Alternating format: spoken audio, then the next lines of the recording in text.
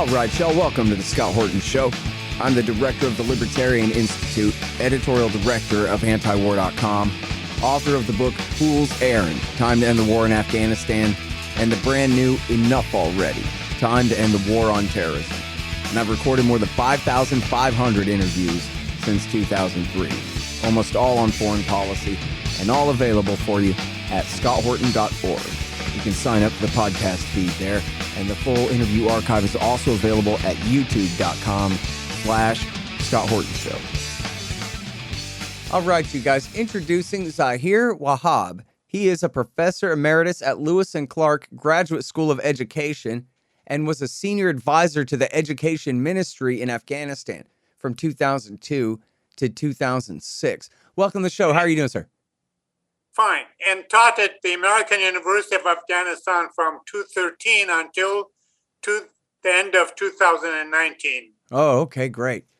All right. So, our friend Sam Husseini put out this great press release about your criticism, essentially, of current American policy towards Afghanistan in the midst of their drought and humanitarian crisis this winter, and your plan to fix it. So, first of all, there's so much to tackle here, but go ahead and give us, if you could, something like a thumbnail sketch of what you think we need to understand has been happening in Afghanistan since the end of the American occupation and the beginning of Taliban rule there at the end of last summer, please, sir.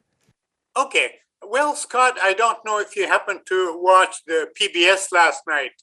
There was a very short segment, maybe 4 to 5 minutes. No, I missed it. I'm sorry. On Afghanistan, and it showed, street life, family life, kids sitting almost literally on top of snow and trying to write something, and people begging, screaming, yelling, crying, and so forth. I think the American Allied misadventure in Afghanistan was a gross mistake. It was unnecessary, it was immoral, it was illegal, and I think it was criminal. And nevertheless, because Afghanistan had nothing to do with 9/11, or very little to do with 9/11, the American and allies stayed there for 20 years, spent $2 trillion on the war industry, but also gave the Afghan puppet regime about $140 billion for nation building. Well, after 20 years, the world realized, and the Americans finally realized, that this was a massive failure. It was a disaster. It was a defeat, and it was a disgrace. And so the Americans and its allies left on, toward the second half of August, the way it had entered Afghanistan in October 2001. And soon, we realized, that over the last 20 years, Afghanistan, not only was there no development actually taking place, but the country was made completely dependent on foreign assistance. For example, over the last 20 years, 80% of the Afghan operating budget came from technical foreign assistance, and 40% of its GDP.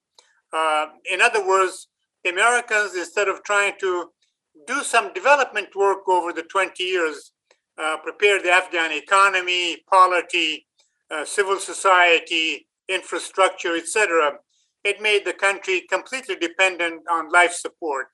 So on August 15th, when the Americans left, they went ahead. They ended one kind of war, direct military war, and embarked on the economic war on Afghanistan. We all know the Americans froze 10 billion of Afghanistan's money, not the Taliban money, but Afghanistan's money in the U.S. banks. The U.S. also forced, literally, the World Bank and IMF and other organizations to stop, any kind of aid, and declared a massive sanction on Afghanistan, the country. And so right now, whether you listen to Antonio Guterres, the head of the UN, Martin Griffiths, his assistant, the UNHCR, the World Food Program, the International Rescue Commission, whoever Deborah Lyons, the head of the UNAMA in Afghanistan, who stayed there and spoke before the UN Security Council last night, by all indication, the vast majority, 90% of the Afghans are food insecure right now. They are hungry. And 22 billion are, really, really hungry, have no food. 4 or 5 billion on the verge of famine and starvation. Right now in the country, there's almost no money in or outside the banks. So there's no work. People haven't been paid for 5-6 months. The schools are closed. Banks are essentially closed. There's very little trade taking place. The country is blanketed with the snow. The country has been in its 4th or 5th year of massive drought. We have the pandemic. So, the country is in very difficult situation. People have referred to it as hell on earth, the worst crisis in history, a disaster, a calamity, a catastrophe. Choose your own word. And this is all true. I mean, we're literally watching a society sort of condemned to slow genocide and starving to death. That's where we are. All right, now I have to say, and I wrote a book about Afghanistan. I've read all the cigar reports and all these things, so I got a pretty good idea of how much money was coming in there. And, yes, great. It's stolen. Sure, but so I guess that's my question, right? Is since we know it wasn't really going to infrastructure, it's mostly just being put in bank accounts in Qatar. But overall, and this is the problem with Keynesian economics. You have things like aggregate demand and gross domestic product and all this, which can be meaningless terms in certain circumstances. So here you have essentially, 40 something, almost half of the GDP as they measure it of the country was just foreign money coming in, American money coming in. And then, as you say, most of it just going right out anyway. But so if that's the case, it's hard for me to picture, I guess, first of all, now that you bring it up, how is Afghanistan being fed the last 20 years? They were blanketed in snow. And as you said, the drought's been going on for 5 years. We didn't have a humanitarian catastrophe in Afghanistan the past few years, other than the bombs falling from the sky, of course, and just the deprivation of the war. But now we're hearing, the way you describe it, it sounds like, Ethiopia in 1984 or maybe Yemen right now, where, and I understand, as you're saying, you got the drought and you have the obvious Great Depression caused by the withdrawal of all of that foreign money coming in. But still, I mean, you can't just feed people with only dollar bills, right? I mean, there's got to be, markets. Was the international community, the NATO and American forces, were they bringing in that much food that's really what's missing is actual sacks of wheat that had been coming in from the West? Or what is it that explains such a dramatic change in such a short amount of time here? Well, there hasn't been really a dramatic change. It has been intensified. We all know that Afghanistan was the poorest country in South and Central Asia and in the Middle East to begin with. I remember Ashraf Ghani, the then disgraced and thief president, the American puppet, late last year saying that he knew that 95% of the Afghans live below the poverty line. That is to say, on less than $2 a day. We all know that this was the poorest and least developed country in the entire region. Right. And the last 20 years simply, sort of exacerbated that situation.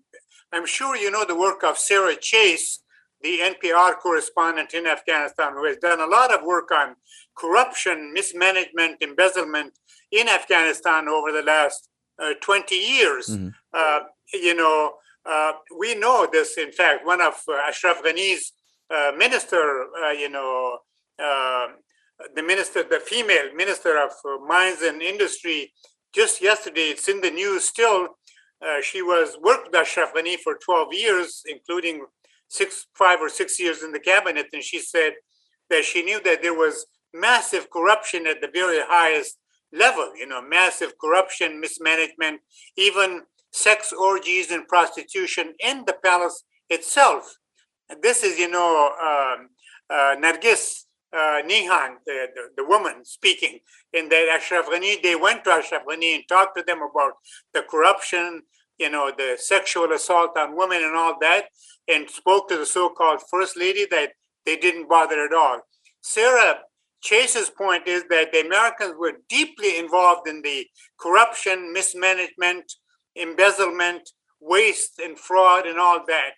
And we know from the Afghanistan papers by Martin Witz, I think, and from cigar reports, that there was corruption, mismanagement, embezzlement at all sides. And so one of the things I will be saying is, Afghanistan was not even, prepared for any kind of self-reliance, although it's an agricultural country. There's land, there's water, but there was no development. They didn't pay attention to at least, enable the country to feed itself, hence the massive starvation. And given the other conditions, what the UN is saying now and others are saying, that even if we poured in massive amounts of aid, $5-6 billion worth of aid, this would only get people through the winter, and then next year they would be asking for $10 billion because the country is so underdeveloped. I mean, right now, the real problem is the genocide, the starvation. People are selling themselves, they're selling their children, they're selling anything they have, just to feed themselves, and still they cannot manage because there's no money, there's no food. Most people are out of work. I mean, it's a real problem. And the Americans, I would say, had a direct role in this to keep Afghanistan and countries like that destabilized, dependent, underdeveloped, so for its own strategic, ideological, and other kinds of reasons. Yeah. So this is not an accident, of history, but it was deliberate by design. And the Americans, as you know, have been involved for the last 40 years, 42 years in Afghanistan, not just for the last 20 years. That's right. And so the Americans are directly responsible because nothing moved over the last 20 years without the Americans knowing. They knew everything, The payments were made to the civil servants, to the army, the intelligence, the police, on telephone. The Americans knew because they paid the bills. They knew that the elections were fraudulent because they paid the bills, but they said nothing. Well, and also, I mean, I guess the topic that is sort of the elephant in the room behind all these discussions, left out of all these discussions, is that the one real successful cash crop in this country is poppies. It's heroin. Yes. And so now that America and NATO are gone, it sounds like possibly one of the major problems exacerbating this Afghan Great Depression, aside from just the withdrawal of all that military and government aid money there, would be the closing of Afghans' opium export routes and There's connections. No way. And that maybe they need to get all of that, started back up again fresh. And now they have a glut of heroin on their hands and no way to distribute it all. Yes. Well, we all know that the United States spent $8 to $9 billion, quote, eradicating drugs. Remember George Bush, after he realized that he committed a major mistake and a crime by invading an innocent country, then came up with these reasons, quote unquote, alibi, and drug eradication was the other. Bush was saying, I wanted to bring peace, progress, democracy, prosperity to the country, liberation of women, eradication of drugs, the end of terrorism, blah, blah, blah. And now we know that not only have those, quote, objectives not been accomplished, but in fact, every single one of them have not only failed, but in fact gotten worse. And this is what Deborah Lyons told the UN Security Council last night, that unless we stop this catastrophe immediately, it would have consequences that the whole world would be sorry. And drugs would be another. There's no way you can stop drug addiction. There are 3.5 million Afghan drug users and 3 million addicts right now as we speak.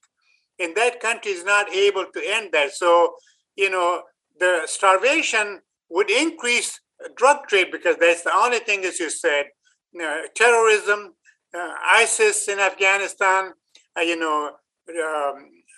immigration, and hurting other countries and neighbors, and finally the whole world. So it behooves the whole world to end this catastrophe like today, not even tomorrow, if the world is really interested in ending, quote, narcotics on the streets of Portland or Berkeley or any place else. And, ISIS here and there, et cetera, et cetera. So nothing has been accomplished. Everything has been made worse, again, because of American ineptness, insincerity, and the hidden objectives of the military, industrial, congressional agenda. Yeah. Hang on just 1 second. Hey, guys. I had some wasps in my house. So I shot them to death with my trusty Bug Assault 3.0 model with the improved salt reservoir and bar safety. I don't have a deal with them, but the show does earn a kickback every time you get a Bug Assault or anything else you buy from Amazon.com by way of the link in the right-hand margin on the front page at scotthorton.org. So keep that in mind. And don't worry about the mess. Your wife will clean it up. Green Mill Supercritical is the award-winning leader in cannabis oil extraction. Their machines are absolute top of the line. They simply work better and accomplish more for less than any competitor in the world. We are talking anywhere from a couple of $100,000 for the base model and up. So this is for serious business people here. But the price, as they say, will be worth it. Green Mill Supercritical customers' investments pay for themselves oftentimes in just weeks. Simple enough for almost any operator. Deep enough for master technicians.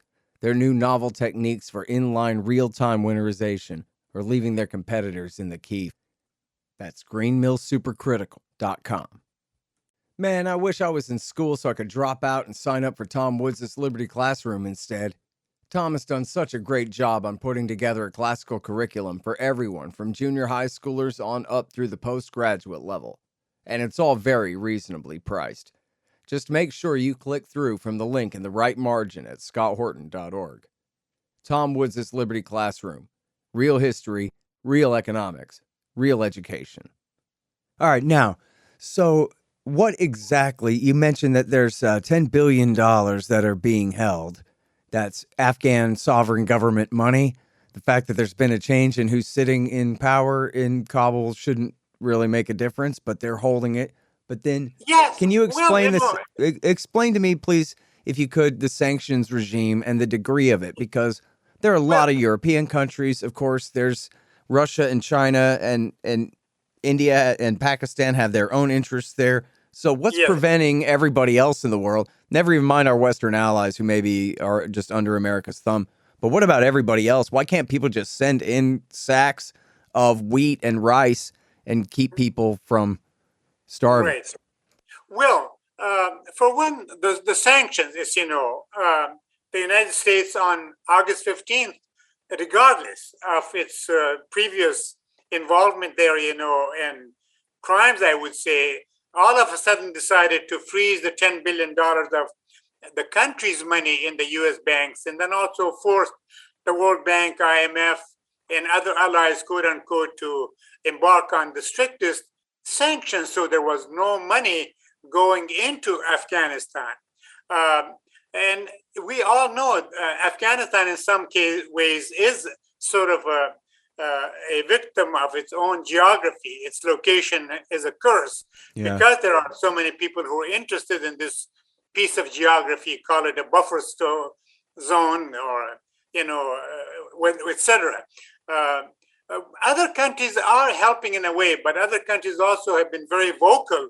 China, Russia, Iran, Pakistan, India, the stans in Central Asia, they have all been very vocal in blaming the United States for its invasion, for its failure, and for its catastrophe induced on Afghanistan.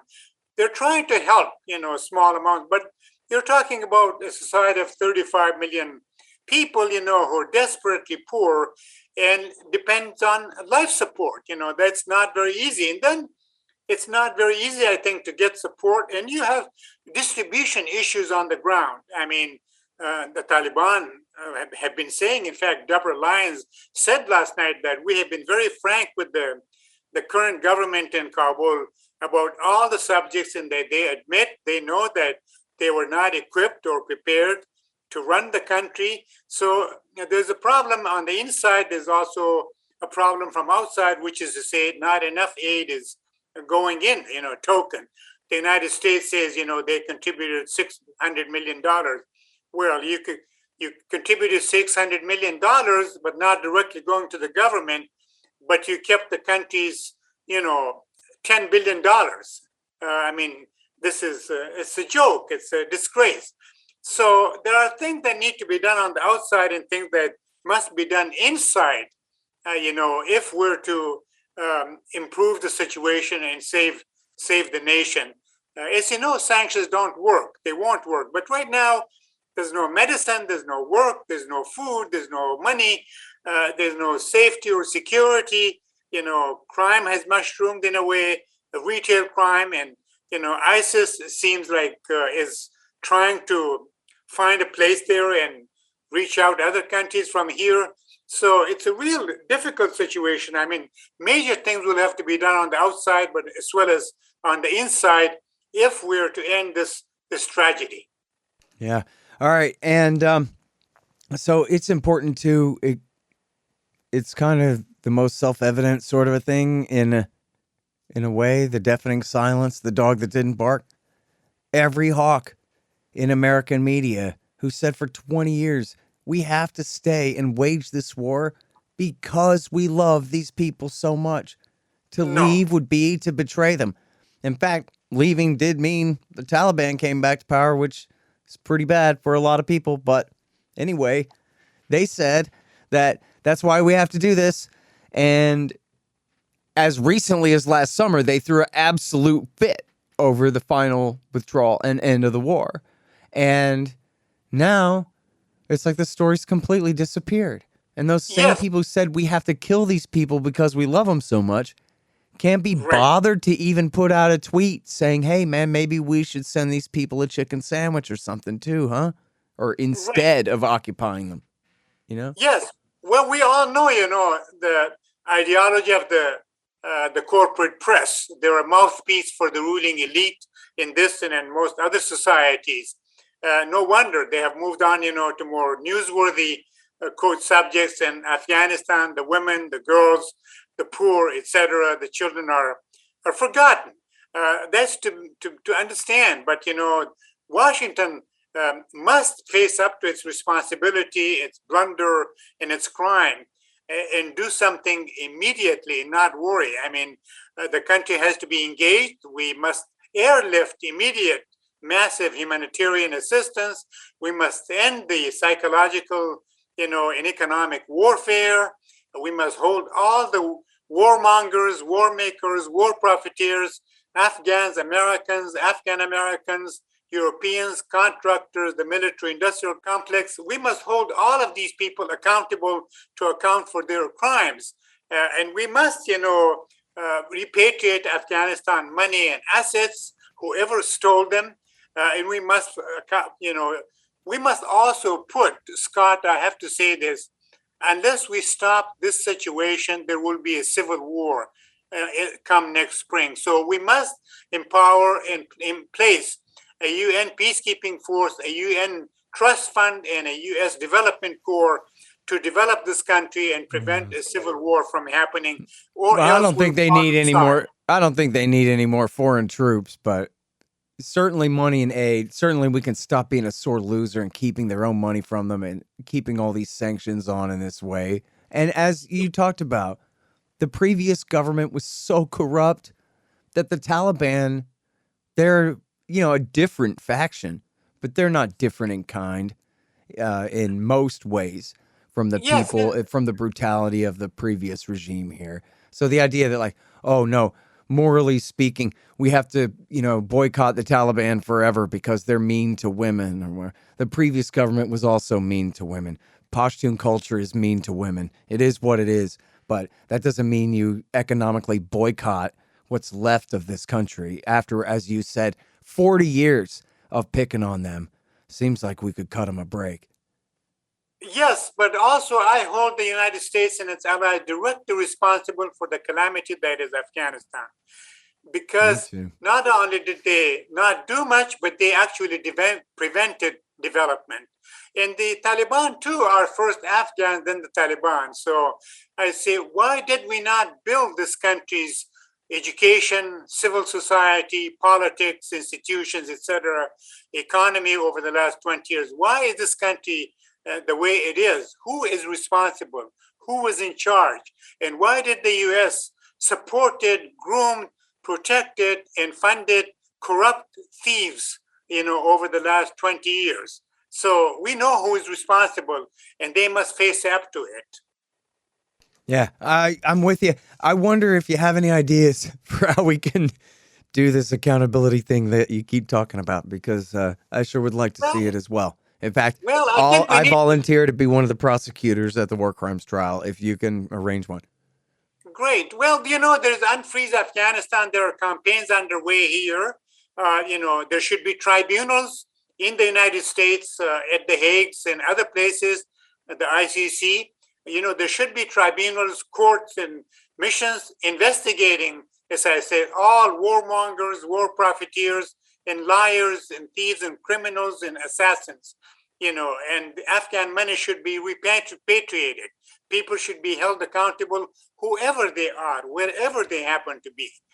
And we need to change the country and change our attitudes toward it, because we're blaming the victim, the Afghan nation who are starving right now. They had nothing to do with this, 75% of the Afghans were not even born on October 7, 2001. What's their fault, Right. And how does the West, the civilized, quote unquote, civilized West, stand there hypocritically watch? We're watching a genocide, a mass murder taking place. This says a lot about America and Europe, the West, Westphalia and all that. Yeah, man. I wonder if you could tell us some stories about Afghanistan. I'm trying to think from the mind of a critic listening here. Both of us have such a negative take on this whole thing, but surely I think we probably would agree that there's some busybodies, do-gooder types, maybe in the State Department, who thought that somehow they were saving the Afghan people if only it had worked out or something. So I wonder if there was something in your experience while you were there that Well, made you yes, think that, sure. wow, this really is just a cynical exercise in money making at these people's expense, as you keep saying here. Well, I think we all know the names, beginning with, George Bush, Cheney, Rumsfeld, and Mr. Khalilzad, our own Ahmed Shalabi. Remember Ahmed Shalabi? From Iraq, Sure. Iraqi American. Leader of the exile liars. So we know the character, but it's the institution, it's the system, I would say. It's imperialism, old and new, and all of these people are little tools in the hands of imperialism, whether they live in Washington or in Kabul, Afghanistan, or other places. But as I said, I spent a major part of the last 20 years in Afghanistan, taught, at different places, worked with the Ministry of Higher Ed, lived there for 7 straight years at the American University campus until I got back, in October 2019. So I know a lot of associates, friends, students, colleagues, and some of them have not left. They're not chasing money now. So they're staying. They say, where should we go? Why should we leave our country? There are people like that with master's degrees, doctorate degrees, nurses, doctors, school teachers. I mean, my own students in the master's degree programs at AUAF, at the Kabul University, Kabul Education University, who worked very hard, and endured a lot of hardship, really sacrificed a great deal to build the country. And they were sick and tired of all foreign invaders and do-gooders, And they didn't want any charity and any handouts. They wanted to develop their own country. They still want to develop their own country, so that they will not need any. Right now, we have turned the whole country into beggars, runaways, escapees, corrupts, in prostitutes, in thieves, and spies, This is a major crime that, the West is committing against an entire nation. As I said, most of who were not even born and had nothing to do with the current situation. So of course there's hope, and we have to keep hope alive. We must continue to struggle, but the struggle has to take place here, because Afghanistan, as you know, was not the last one, and it wouldn't be the last one either. There were cases like this before. America has been all over, and it will be all over, and it is all over. It's waging war on several countries as you and I speak, and it has maybe 800 bases all over the world. America is the only country. The military, industrial, congressional Congress must be held morally and politically and economically responsible. Yep, absolutely. All right, well, thank you so much for your time on the show. I really do appreciate your time, and I agree with you about just about everything here except the UN troops thing. Thank you, Scott. Thank you, and have a good day. Thank you, Adam. The Scott Horton Show, Anti-War Radio, can be heard on KPFK 90.7 FM in LA, APSradio.com, antiwar.com, scotthorton.org, and libertarianinstitute.org.